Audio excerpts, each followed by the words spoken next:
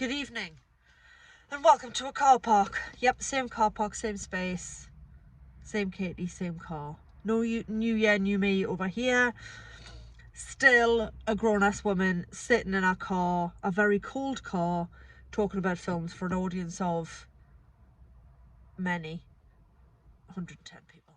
110 subscribers, taken over YouTube really slowly. It is cold in here, so I will crack on. I've just come out of the cinema. I have been to see this evening a new action spy thriller called The 355.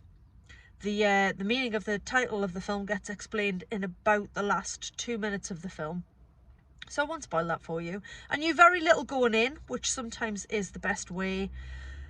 What drew me to it was the cast. It is a predominantly female cast, so you have got Jessica Chastain, you've got Penelope Cruz, you've got Lupita Nyong'o, Diane Kruger, and an Asian actress called Bingbing Fan. And they are all agents for various agencies around the world. So Jessica Chastain is CIA, Lupita Nyong'o is MI6, and so on. And all these women are brought together over a device. And basically, this device is capable of, I don't know, hacking anything. Like, literally with this thing, which just looks like a mobile phone, you can pull planes out of the sky, you can shut down power grids. It's a very, very dangerous bit of kit. And obviously, every bad guy on the planet wants it. All the various intelligence agencies from various governments want it to stop it falling into the hands of the aforementioned bad guys. So the whole film centers around this device and getting it. The person who wants it the most, the ultimate bad guy at the top of the chain, is played by the British actor Jason Flemyng. And the thing I always remember about Jason Flemyng is in Lock, Stock and Two Smoking Barrels. He's in Snatch as well. And I found out really early on that he used to be a ballet dancer. So every time I see Jason Flemyng, and he's very good, and he was good in all the Guy Ritchie stuff back in the day, and he's popped up in various things over the years, and I don't know how old he is now, but he's aging very well. And I just look at him and think, ballet dancer. Not that I'm picturing him in a tutu or anything like that. Like, male ballet dancers are incredibly strong, and as are female ones. But yeah, I digress. Jason Flemyng, very good. Bad guy.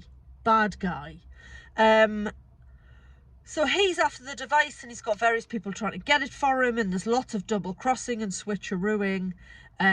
CIA agents, Jessica Chastain, and the incredibly handsome Sebastian Stan, best known to most as Bucky Barnes or the Winter Soldier. They are dispatched to Paris to try and intercept the device, and the intercept goes wrong because Diane Kruger, who works for a German intelligence agency, she's there, and it all goes wrong, and so on. So like I say, it's double crossing all over the place. It's good guys shooting at good guys, and there's bad guys everywhere. It's very fast paced. It's got a real sort of Bourne Identity sort of feel. It's very fighty, punchy. There's some quite nasty bits. It goes quite dark at one point. Obviously the ramifications of what the device can do are terrifying. But I really enjoyed this. What ends up happening is these women realise that if they're going to get this device, and it doesn't really matter whose agency bags it, it just needs to not be in the hands of the wrong person. They decide they're going to have to work together. But it happens in a very organic way. So it's not like, hey, let's form a girl band. Let's all work together. Yay! It's like, well, I don't trust you. I don't want to work with you. I'm used to working alone, blah, blah, blah. But they all bring particular skills to the table.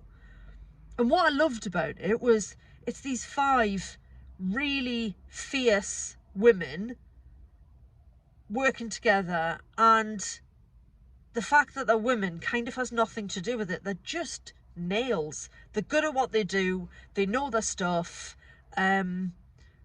And it's all very believable. There is a scene where they do have to get dolled up to get into a party, which I was almost disappointed about, because it hadn't been about that. It hadn't been about the fact that they were attractive, although they all are. It was about their skills. It was about, like, we are agents, we are CIA and MI6 and whatever else. We work hard and we protect our governments and we've trained, and the fact that they're attractive literally had nothing to do with it. They were just really good spies.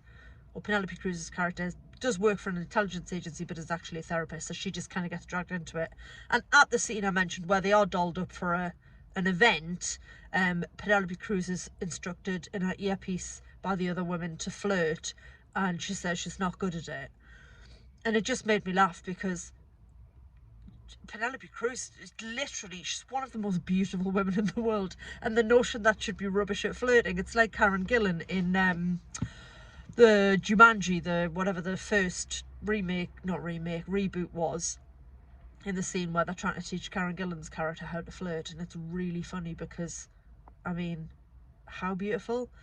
So yeah, it was well paced, it was gripping, there was lots of things I didn't see coming, like I said, quite a few double crosses here and there, and it was a really solid, gritty, entertaining action film. It had some really good stunts, like I say, some things I didn't really see coming, and like I say, I like the fact that, yes, it's a female cast, it's a predominantly female cast, and they're all really good, but at no point was it that they were relying on their feminine wiles, or they were just the best women for the job. And they did spying and did intercepting and did intelligence and did cool stuff, and it was just cool. And it wasn't like, isn't it cool because they're girls? They were just good, cracking performances. Like I say, really gripping, enjoyed it immensely. I'd like to see another one. I'd like to see them put the band back together and go after other bad guys, but maybe, you know, it's a one and done. I don't know if there's a franchise there, but I really liked the characters. They were believable, they were well-rounded, the performances were superb because they're great actresses. Jason Flemyng made an excellent bad guy. I mentioned that Sebastian Stan was, oh, just beautiful. What a beautiful man. Beautiful, beautiful man. I don't get crushes. I'm 40 years old. I did a lot back in the day, but I could just literally look at him forever. What a face. My God. Yeah, it was good. I really liked it. It passed the time. It whipped along nicely. Good stuff. That's it from me. I think we're 8 days into the new year. I'm 2 films done already and very excited for more.